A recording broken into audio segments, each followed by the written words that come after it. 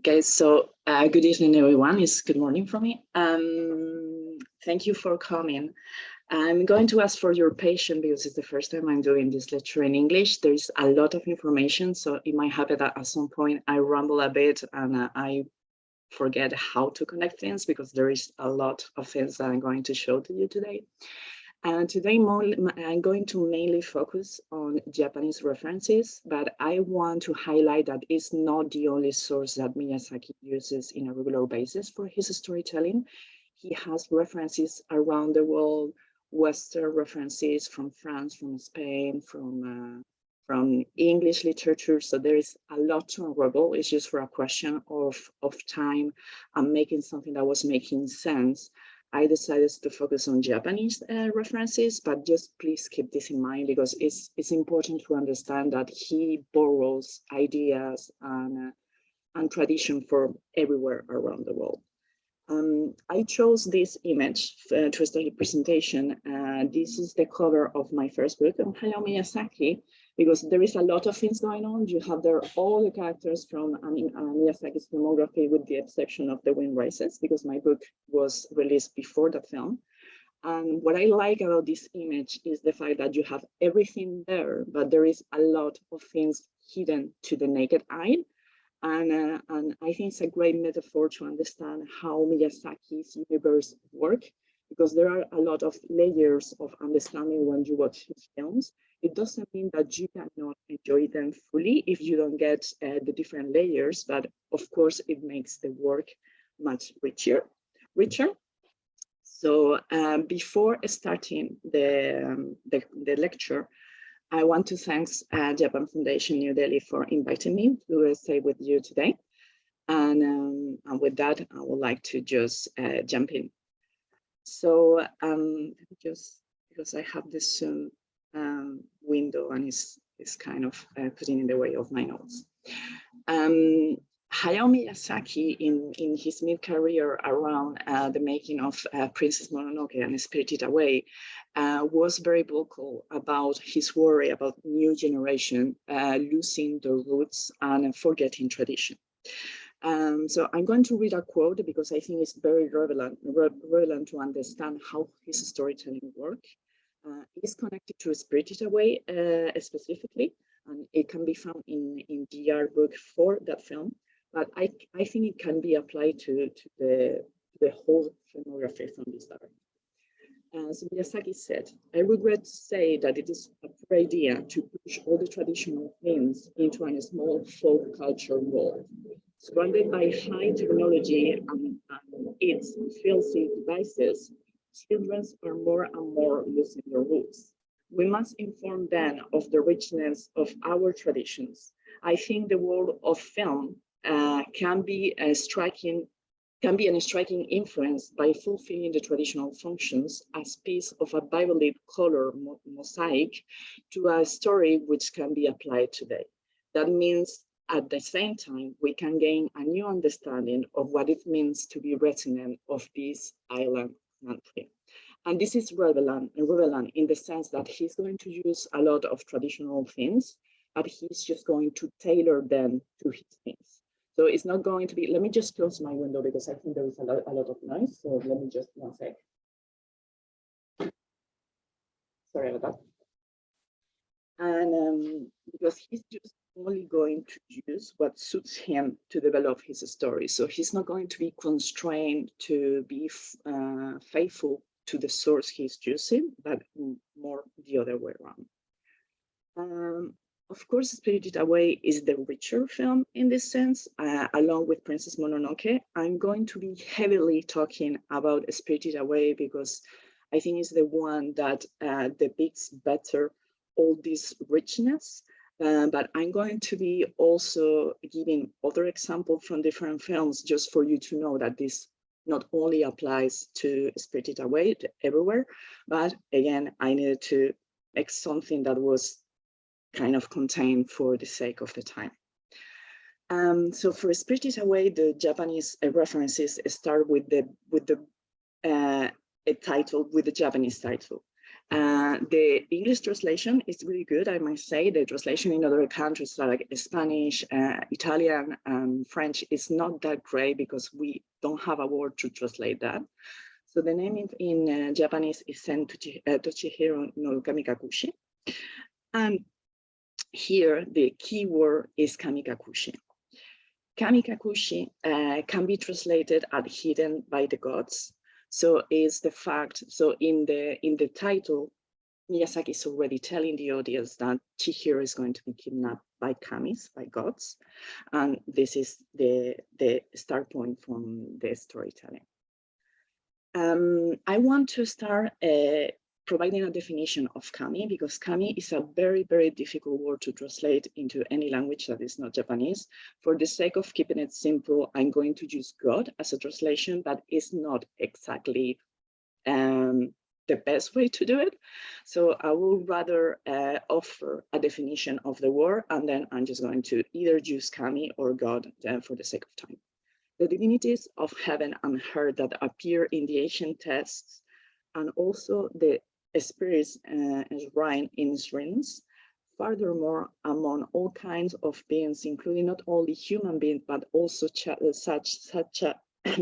objects as birds, beasts, trees, grass, seas, mountains, and so forth, any being whatsoever which possesses some eminent quality out of the ordinary and is awe-inspiring is called kami. Eminence here does not refer simply to the superiority of nobility, goodness, or meritoriousness. Evil and queer things, if they are extraordinary awe-inspiring, are also called kami. And this is something that is key to understand about folklore and Japanese tradition, that in general, all the supernatural beings, not only kamis, have good and bad qualities at the same time. So it's never white and black. It's more like human beings, that they have their flaws and they have their good sides. And this is something that is very important and that makes Miyazaki's world very rich, because we weren't so used to see animated characters that were so three-dimensional in a way of the way the characters are built. So one of the main sources where the Kamikakushi tradition can be found is in Kunio Yanagita, The Legends of Tono. This is a key book to understand folk culture in Japan. He was visiting local communities and gathering oral literature around the Tono area in Iwate Prefecture. And this book was the end result. I highly recommend it. It's fascinating. So in this book, there are several stories about Kamikakushi, but there is two types of Kamikakushi. The first type that can be linked to Spirited Away is a kind of a story when a child is stolen from a village. Normally it's a girl, and then a hunter goes to the woods and find this girl transformed into a woman because the years has passed. And she tells a story about being kidnapped by a kami, by a yokai. We will talk about them later on. And in some cases, she's going to refuse to come back to the human world. And in other cases, she's going to go back to the hunter, to the human world, and abandon the supernatural being that kidnapped her. The second type is more linked to Princess Mononoke, in the sense that the same hunter is going to find this kidnapped child turned into a woman, and she's going to almost feel like a beast, barely able to communicate, aggressive, and everything goes so south that at the end the hunter kills the woman because she is not any longer a human being. So when Kunio Yanagita analyzed all of that, and several scholars that have studied the Legends of Tono, they see two types of storytelling. The one related to Spirited Away will be the one that means like a social resurrection, in the sense that someone that was struggling to fit into the community was able to make it and be part of the group. And then the case of Princess Mononoke, it will be social death, in the sense that they weren't able to fit into the group. It's important as well to make this connection between Mononoke and Chihiro, just because Miyazaki did a lot of research when he was doing Princess Mononoke, and Princess Mononoke ended up being a very dark film. So in Spirited Away, he did kind of the opposite. So he used the same sources to make something lighter and more hopeful for the new generations. So in many cases, the sources he went to look for inspiration are the same, but they are treated in a completely different way. So the Kamikakushi is just the tip of the iceberg of all the things that you can find on Miyazaki's filmography. I will say that in the case specifically of Mononoke and Spirited Away, the driving force that is going to create the storytelling is for sure the folk culture that Miyazaki was inspired on, even if there is also European and Western references. I want to be clear about that.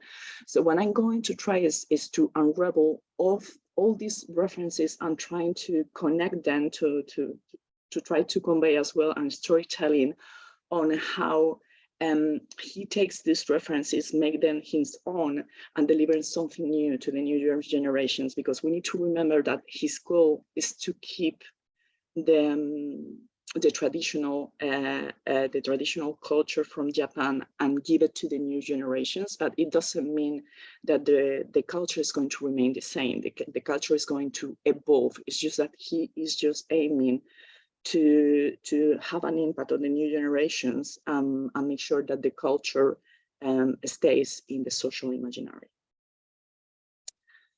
So coming back to Spirited Away, he starts the film making sure that we understand the connection with the supernatural. And in Spirited Away case, is going to be about Shinto. So when the film begins, Chihiro and her family just moving to a new city. And when they are moving, they pass by a dori, this wooden gate that in Japan normally is around Shinto temple.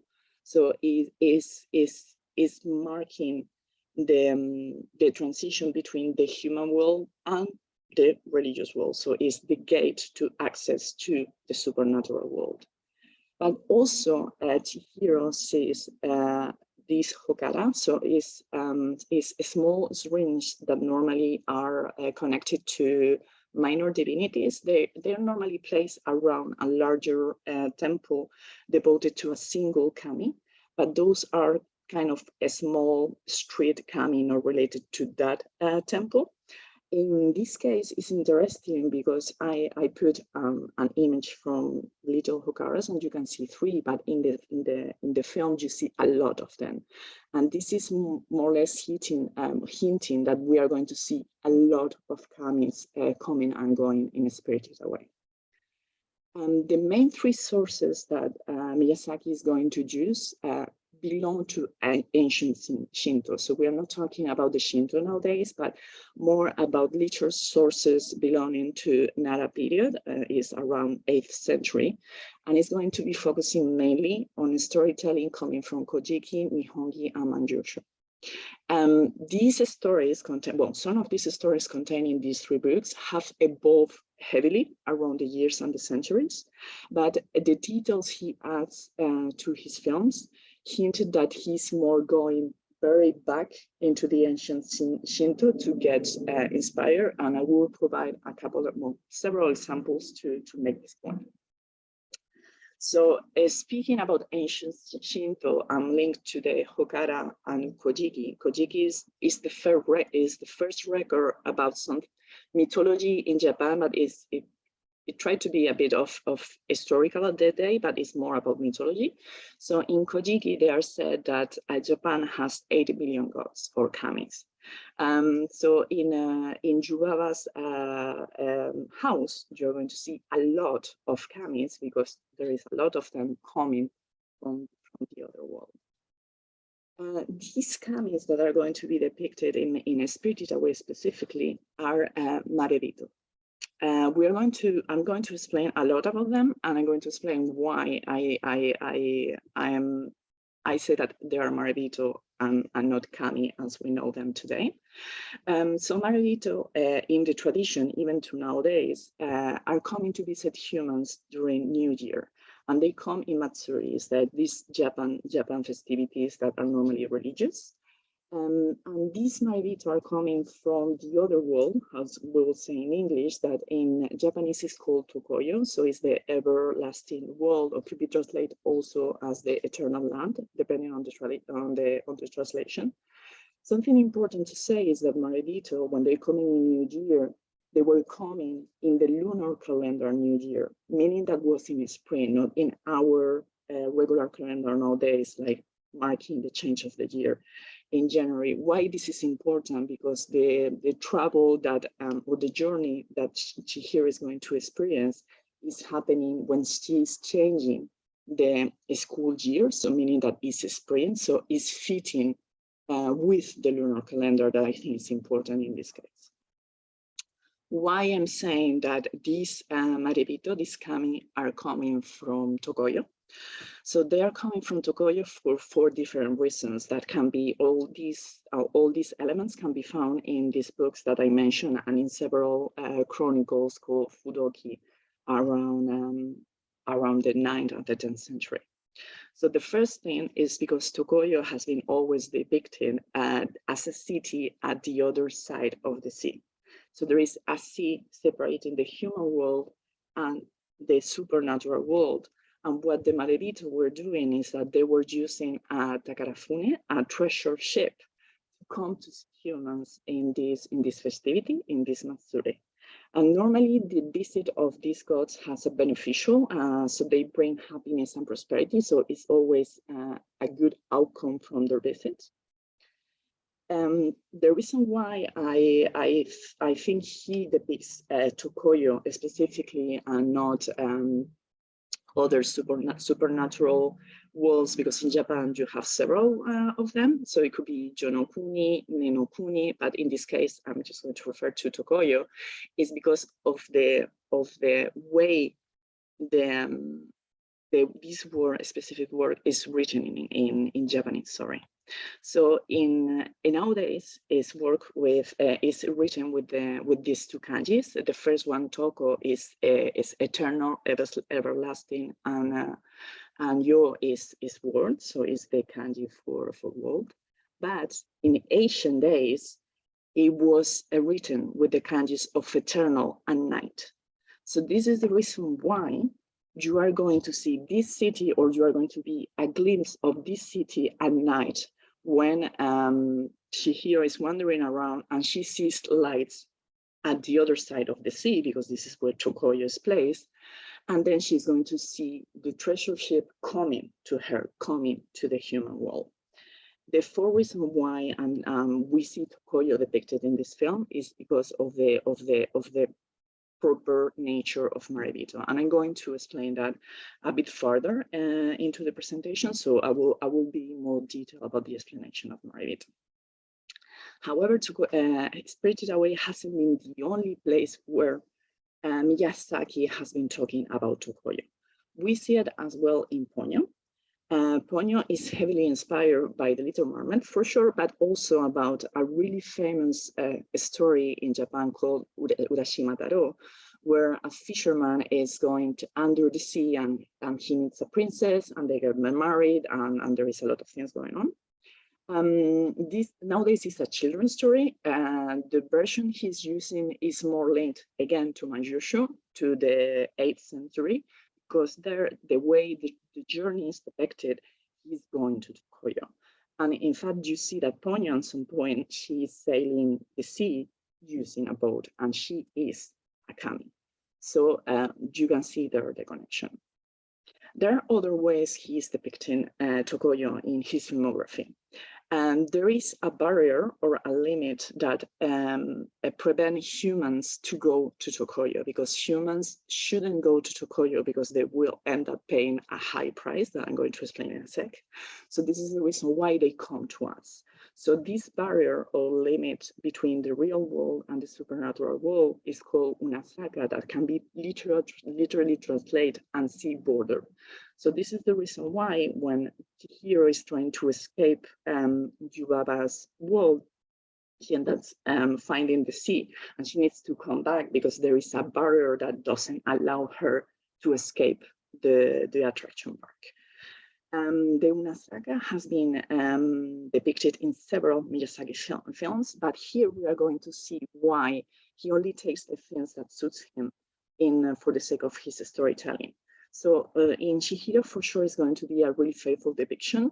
In Ponyo as well is faithful in the sense that you see this ship cemetery like marking the border between the supernatural world and Suzuki's world. But then you have also this border in Porco Rosso when he sees this plains cemetery. You see it also in Castle in the Sky but this is a more loose references when Pasu is trying to, well, Pasu and Shita, they are trying to go to La Puta, and this has this thunder and this physical barrier preventing them to go there. It is also depicted in a very early manga from Miyazaki called Shuna's Journey that I'm really happy that is going to be released in English for the first time in November. So I highly recommend it if you don't know about it. We see it in Princess Mononoke, the first story, that is a manga from the 80s as well. Nothing like the film Princess Mononoke, but you can see there a depiction of the unearth, of this barrier. For sure, in Nausicaa of the Valley of the Wind, this fukai, this contaminated forest, can act as this unearth, as this barrier. And in Princess Mononoke, it's the same. When he's crossing by the forest, the sacred forest, is the same meaning of the unearth, of this barrier between kamis and humans. In many cases, the characters are going to pay a price to transgress into the god worlds. So, for instance, Shuna is going to lose his memory. In Mononoke Hime, in the manga, there is no prize in the sense that is the Mononoke, the protagonist, that is already a supernatural being crossing by, so there is no punishment for that. And Nausicaa will lose her own life, and Shita and Pasu will see the destruction of La Puta. Porco is going to use his human form. Mononoke will never ever come back to the human world. Chihiro almost loses her identity. Ponyo needs to leave her parents to pass to the other side. So this is all the ways Miyazaki is depicting the Tokoyo and the barrier between the two worlds. Now I'm going to start focus on Maribito.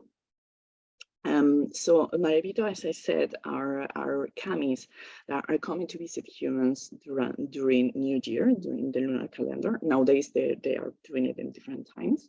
So they are bringing happiness and good fortune. They reward for sure good deeds. And the way this works in local festivities is that the women and children are staying at home. The men disguise as Maribito, and they are knocking doors, visiting door to door to reward good behavior and to provide prosperity. So they are donors of important gifts, and this is going to be very important for Spirited Away. There are also a specific Maribito connect to children's roles. So in the case of Toshidon and Namahage, they are coming to reprehend children for the bad behavior. In the case of Toshidon, it's very interesting because he tends to give a mochi, a rice bowl, to the children before leaving. And it was a sense of prosperity because in Asian culture, children could likely lose their soul. So in the sense that children were dying because the conditions weren't the best. So with this gift, the idea was to fix the soul to the body to prevent death. But this is in all days.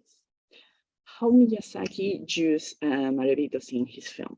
So in some cases, he's going to use the actual depiction of these Marebitos, and he's going to basically literally translate that into the characters of the film. This is the case of Namahage, that you see renamed in the film as Ona-sama. It's also the case of Ushi Oni, that you see that the masks is basically the same. But obviously, he is just going to use this as he pleases. So in some cases, he is just going to get inspired by the Maredito, but just completely change his form or his behavior. We have the case of Otori-sama, and that in reality, it depicts a Buddha riding an eagle. And this image is kept in a temple that is called Otori-sama. So what he takes is the name of the temple, and Otori in Japanese means big bird. So he literally translates the name of the temple and just create his Maredito. The same goes with Oshira-sama, and this is an interesting one. So this is a legend coming from Legends of Tono, the book I was talking in the beginning, and it talks about the love story between a horse and a girl. So they fell in love and they get married. The father of the girl finds out, and he kills the horse, hanging the horse from a mule tree. So the horse dies, but the girl managed to ride his spirits, and they go to the beyond together. And the depiction of this Maredito is with a branch of mule tree, as you, well, maybe you cannot see it in the image, but it's a mule tree. And what Miyazaki does, if he takes the name, but he uses a daikon and radish, Japanese radish, as the image for this Maredito. So you see already that he's just going to play a lot with concepts and names and culture for his own, for the sake of his own creation. This is not going to be the only references he's going to use. So this idea of keeping the social imaginary alive is going to be very rich and large. I'm just going to give some examples. I'm going to check the time because I want to, okay, so I need to be faster with this. So Spirited Away, we talk already about Kamikakushi, we talk about Oshira-sama. In the case of Ponyo, we talk about Urashima Taro, this fisherman that goes to the Tokoyo. In Nausicaa of the Valley of the Wind, even if it's heavily inspired by Western culture, it's inspired by a story of the 11th, 12th century called The Lady Who Loved the Insects, that depicts a lady from the Heian court that refuses to follow social rules. So she doesn't want to put her teeth black. She refuses the imperial constrictions. She is very fond of caterpillars. She spent her days in the company of insects. So she ended up being like socially not accepted because of her weird traits. So this is the source of inspiration for the character for Nausicaa. In Princess Mononoke, there is a lot of folk cultural references. We mentioned already Kamikakushi. Then there is a story from Lafcadio Her called Diplomacy, when he's talking about a man who is executed. And the tradition said that if something is killed feeling a strong resentment, the ghost of that person will be able to take vengeance upon the killer. So in this case, what the spirit does is like he moves and bites a rock to prove that he can act after the killing. And this is the idea that he takes to depict the end of Moro's life, when she is killed at the end, but she moves and she bites Lady Eboshi and removes her harm. There is also a really specific time of character in folk culture, and that Miyazaki was referring during interviews for Princess Mononoke, that is Asahime. This is very difficult to trace in the sense that you can find this character is a secondary character with a birthmark normally in her face. That is in oral tradition around the Muromachi era. But every translation into English, they drop this concept of the lady having a birthmark in her face. So the idea that Miyazaki had in the beginning was to put Ashitaka's curse in his face, but he thought it was so violent that he ended up putting it on the arm.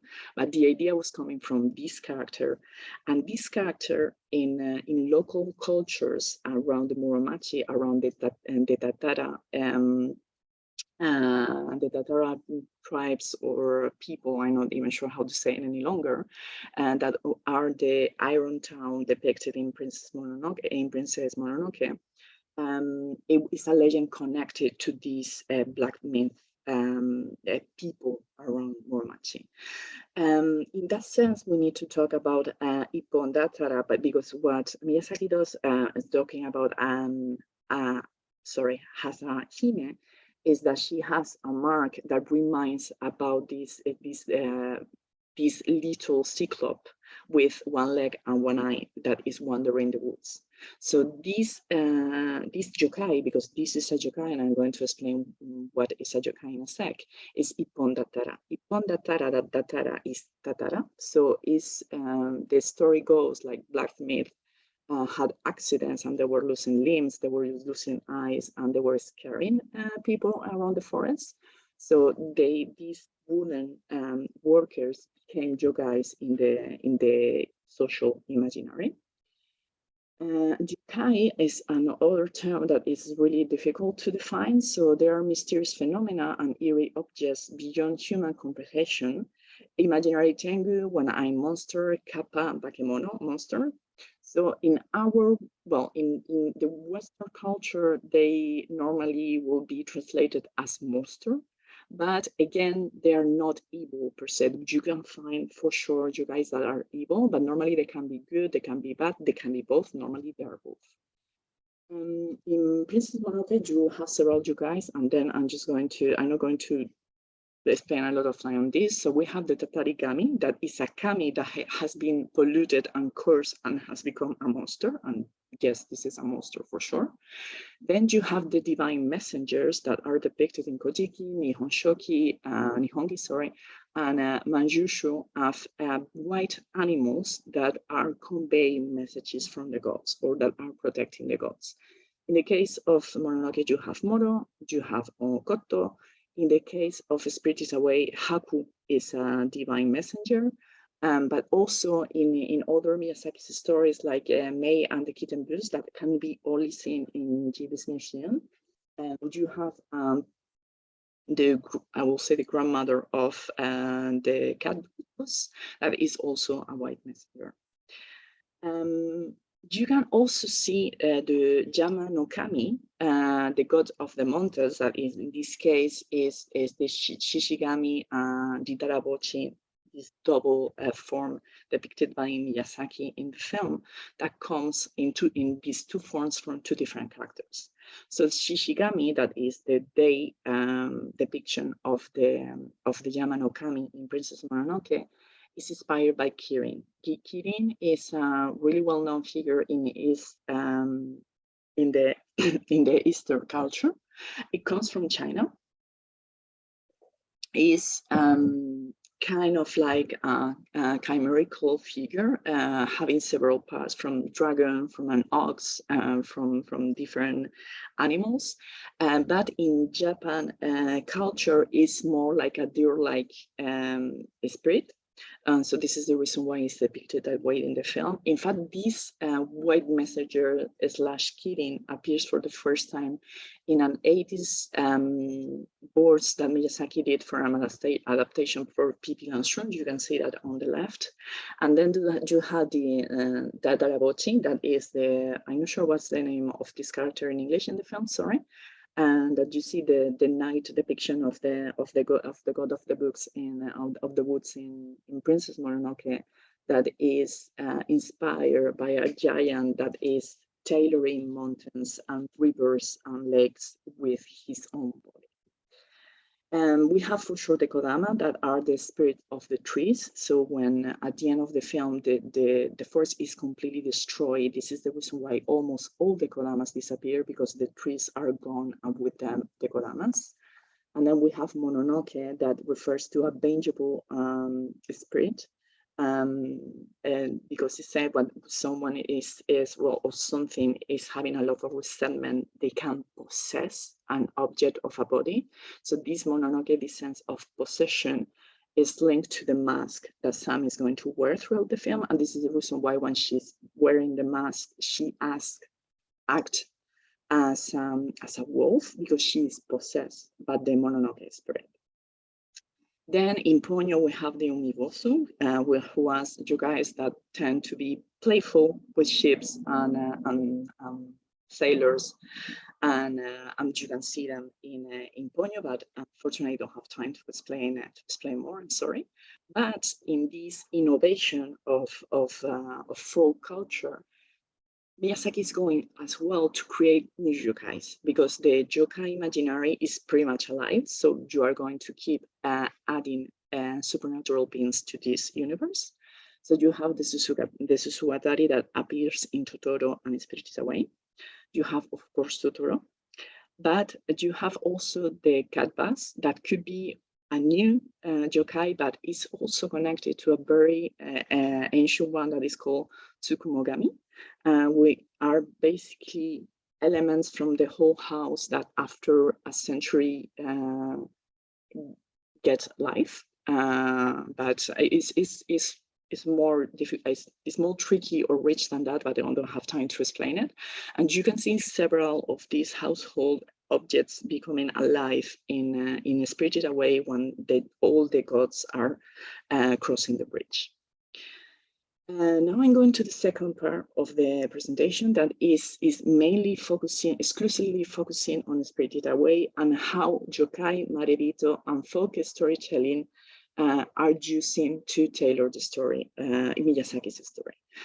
He's very playful about details from marebito, from yokai, but also he's using the own Japanese language to hide or to play a bit with the richness of the Japanese culture.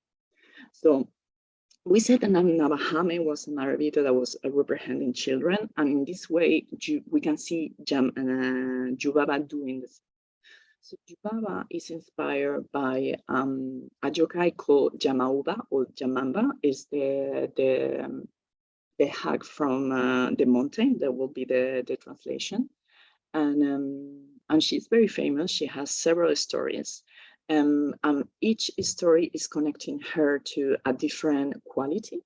In some cases, it's going to be a good quality. In some cases, it's going to be a bad quality. We need to understand that Yubaba and Seniba are kind of a dual character. So both characters are going to depict praise of Yamauba, but in the evil or in the good way, so to speak.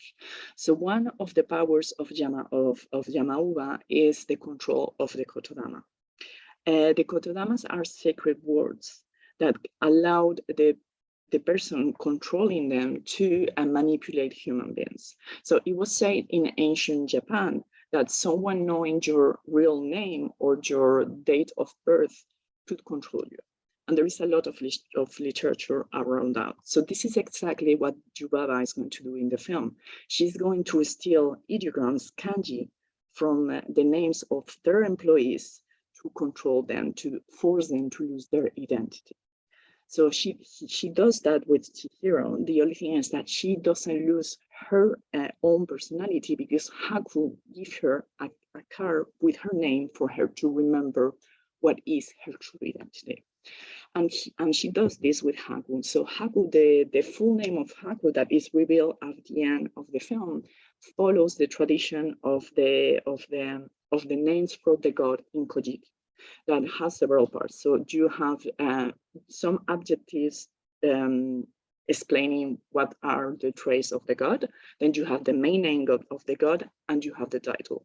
So in the case of Haku, his name is Kohaku, but Japanese kanjis can be written in a different way than they are by themselves. So from Kohaku, when his name is still, he ended up being Haku. Something similar happens to Chihiro. So Chihiro goes by the name of Chihiro Ansen when she loses the kanji. And Chihiro can be translated 1,000 phantoms. Phantoms like when you are swimming. So we could connect her name to Haku because Haku is a river that saves her when she's a kid. And then when she loses the second kanji, she is Sen because that's the way the kanji can be read. He also does kind of a playful thing with the name of Jubaba and Seniba, because Baba is Oba, is old woman. So if you remove the Baba from both names, when you end up having is Sento. So it's the kanjis that together mean Sento, that is in reference of the fact that she's the owner of above house. And in fact, Ju, that could be warm water that you see in this image, is what you found in bath houses when you go in. So there is a lot of playfulness about how the characters are named. Something I'm going to say as well is if you think that Japanese audiences get this, you are completely wrong. So of course they are going to be able to recognize some kanjis, but because he goes to ancient literature and tradition, this is also not visible for the Japanese audience. So there is no barrier like we're not Japanese, we're not getting it. They don't get it either. Other thing that Yamauba has is a stroke cloak who allowed her to transform. So in the film, it's not going to be a stroke cloak, but she has this to be able to transform into a bird. In one of the good side of this character, she has a maternal bond. She's a caring mother because she's the mother of Kintaro. That is one of the most famous heroes on Japanese literature. And in fact, it's funny because Bo, the character, is loosely inspired of Kintaro, and they are both wearing this red apron with their names in it. So this is the reference to Kintaro. And finally, there is a story told the goblin spider that in Japanese is Tsuchigumo, who refers to Kamaji. Because I don't have a lot of time, I'm just going to pass by. This is linked to industrial work, so here's the reason why he is working. He has several arms, but it's also linked to a spider because they were supposed to be underground working. But it's also a symbol of resistance against the establishment. So the Tsuchigomu in tradition were defying the Yamato government, so they didn't want to obey to the Yamato instructions. And in a way, Kamaji is going to defy the authority of Yubaba. So he's also playing with that. But this Tsuchigumo is also a character in a no play. And in this no play is Kintaro, the hero that is going to kill him to save the day because he was making a lord ill. But we need also to understand that Kintaro and Yamauba are also characters in no plays. So we are now going to pass from ancient Shinto, from oral literature, from folk culture into no theater, because no theater has a heavy influence in Spirited Away. And this is going to be the last section of my lecture. So in this case, we find these three characters that are connected to no theater. No theater, as we know it, was developed in Muromachi period by Seami and Ami. And it has also a great influence in Princess Mononoke, but in this case, in Spirited Away, it's going to affect the way Miyazaki structured the film. So we are talking about No, but also about No in the ancient days, because we need to remember that he is mostly influenced by the ancient Shinto. So instead of going to No, he's going to search influence from Geino. Geino is one of the earliest depictions of no theater, was happening in imperial courts, and it was mainly, well, in some cases was depicting Maribitos as the protagonist, and it was happening again in New Year, in the lunar calendar New Year. We're talking about a mugenno. So mugenno means that is a play that happens in a dream, an illusion. So we're talking about supernatural no, and within mugenno is a kami no. So is a no place depicting a kami, a god. In how this works, in no play, you have two main characters. So you have Waki, that is a human, and then you have the Shite, that is the protagonist, and that is going to appear in two forms. In the first half of the play, is going to be in disguise, so he's not going to show his real appearance, and it's called the Maejite, the before Shite. And then in the second part of the play, he's going to reveal his own nature, and it's called the Noche Jite, after Shite. The first difference, because Miyazaki is going to use, and I'm going back here to distract people, Miyazaki is going to mainly use the structure of theater now, but he's going to just skip the rules that when doesn't suit him. The first rule that he's going to skip is the relationship between Waki and Shite, because Waki normally is just a witness. So the Waki is in a journey, is going to meet the Shite, and the Shite is the protagonist, is the one telling the whole thing, is the one stealing the show, and the Waki is just a witness. However, some scholars have stressed the importance of the Waki to allow the Shite to get transformed, to allow the Shite to tell the story. So in this sense, I really like this quote because it explains how interconnected they are and how important they are to one another to be able to allow the no play to evolve in front of our eyes. So in all the cases, the Shite's display arises from an intense relationship with someone else, the Waki and all that the Waki represents. The Shite's relationship with the Waki is therefore crucial. Not only do the Shite's own qualities as witnesses, but the Waki and the audience arise from it. But the Waki himself as a person is inevitably affected by his encounter with the Shite. The resistance are interdependent. And this is what Miyazaki is going to use, because the Waki is pretty much the protagonist of the film in this case, because the Waki is Chihiro. The structure of the no theater, and this is a god play, so a kami no, follows a pattern called Jo Ha Kyu, that is beginning, break, and climax, and is split in two acts with a little comical piece in the middle. So this is the structure of a no play, and I'm going to be explaining one by one. So the first part is split in 4 sections that are called dan. And the second part is a really long section, is the 5th dan. So the film begins. You have the first dan with aligns with the opening, with the Jo part of this pattern. And here the Waki is introduced, the human character, Chihiro is introduced. There is an explanation of the Waki circumstances, why Chihiro is there, why she ended up being in Yubaba's world, and the journey begins. So she ends up going to the attraction park. The second dan is marked by the break. So the break is the direction of reality. This is when reality breaks and you end up going into the supernatural world. And this is the encounter between the Waki, Chihiro, and the Shite, Haku. And they meet literally in the bridgeway. And I'm going to explain how the stage for the theater no is set at the end for you to understand how important is this point. And the third dan is a long explanation of the situation, and this fits perfectly what is happening. She gets her name stealing, Haku explains the situation, and we are still in the disruption of reality when she's trying to figure out what is going on. The fourth dan is when the Shite, Haku, expresses his feelings for the first time. He's still under a disguise. But at the end of this section, he goes into the mirror room. The mirror room is where the actors change their appearance. And when he's going, Miyazaki hints for the first time his true appearance as a dragon, as a river god at the end of this.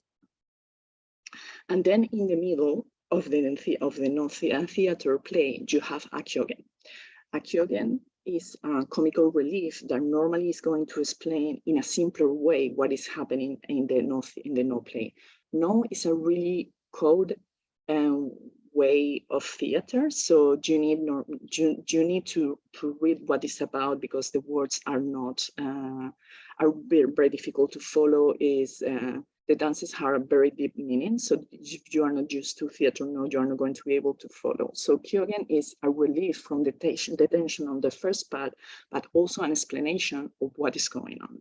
So Miyazaki is going to use that in exactly the same way. The only thing is that he's not going to use a kyogen piece, he's going to use an okina piece. An okina piece is something that is only going to play in New Year's no theater. So again, connecting to ancient scene, to Geino, to the Marebito. And it's going to be not only, it's not going to be a relief because it's a really intense moment in the movie, but it's going to be a recap of everything that is going to happen in the film. So okina is also known as the Shiki-Samban piece that literally translates as 3 ceremonial pieces, and it's one of the few elements of the Japanese folklore, along with the Marebito, that has maintained almost intact his religious nature. He comes from the Marebito culture, he comes from the Tokoyo culture, and okina is presented as a beneficial god who is going to bring happiness and prosperity. The section, so let me just, because I'm using my notes here to make sure that I don't forget anything. So we talk about a lot of Marabitos, but I didn't mention okina. Okina is one of the Marabitos, and is going to be depicted as such in the film.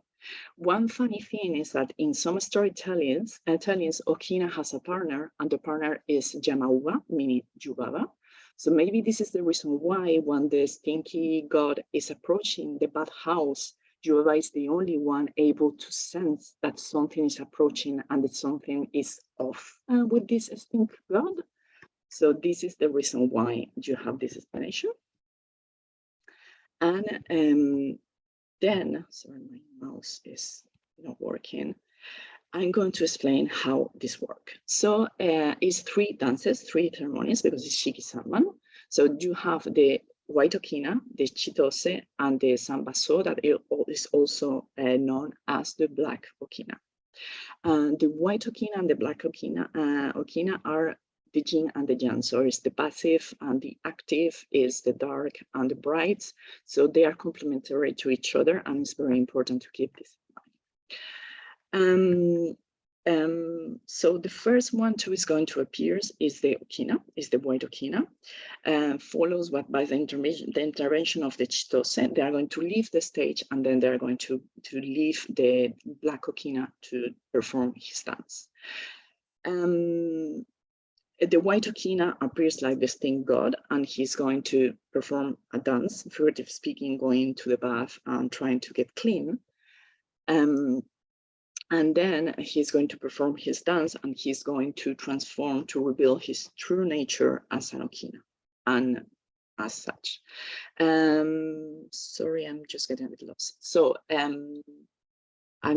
so okina needs to accomplish a ritual of purification in his dance as a result of his divine nature of the play. So his performer will invoke the kami, the god, and his dance will be bringing joy and prosperity. In this case, at the end, he's going to provide this herbal to Chihiro that is going to allow to break the curse that Haku has. So this is the prosperity that is bringing, and is also connecting to other Marabitos like Toshidon, that he was rewarding kids with gifts. Once he's done, Chitose is going to carry the dance, and the dance is tapping the floor to purify and nourish the ground. So obviously in this case it's because everything is around with mud, but the steps in the play is just tapping hardly the floor, so it could be a connection there. And then they both leave the stage and they leave the stage to Sambaso. In this case, it's a bit different because normally the Sambaso is going to perform a Modoki dance, meaning he's going to mimic what the white Okina did. What Miyazaki is going to do is that No Face, in this case, the black Okina, is going to mimic what Haku is doing in the film, not what the stink god is doing, because this is the recap of what is going on in the film, meaning that Haku has transformed himself, he is full with greed, and he's turning into someone evil, and it's Chihiro accompanying him, helping him, that he's going to allow his transformation into a river god, and to get rid of all this greed and all those power trip that he's having. So he is going to do the Modoki dance following Haku's steps.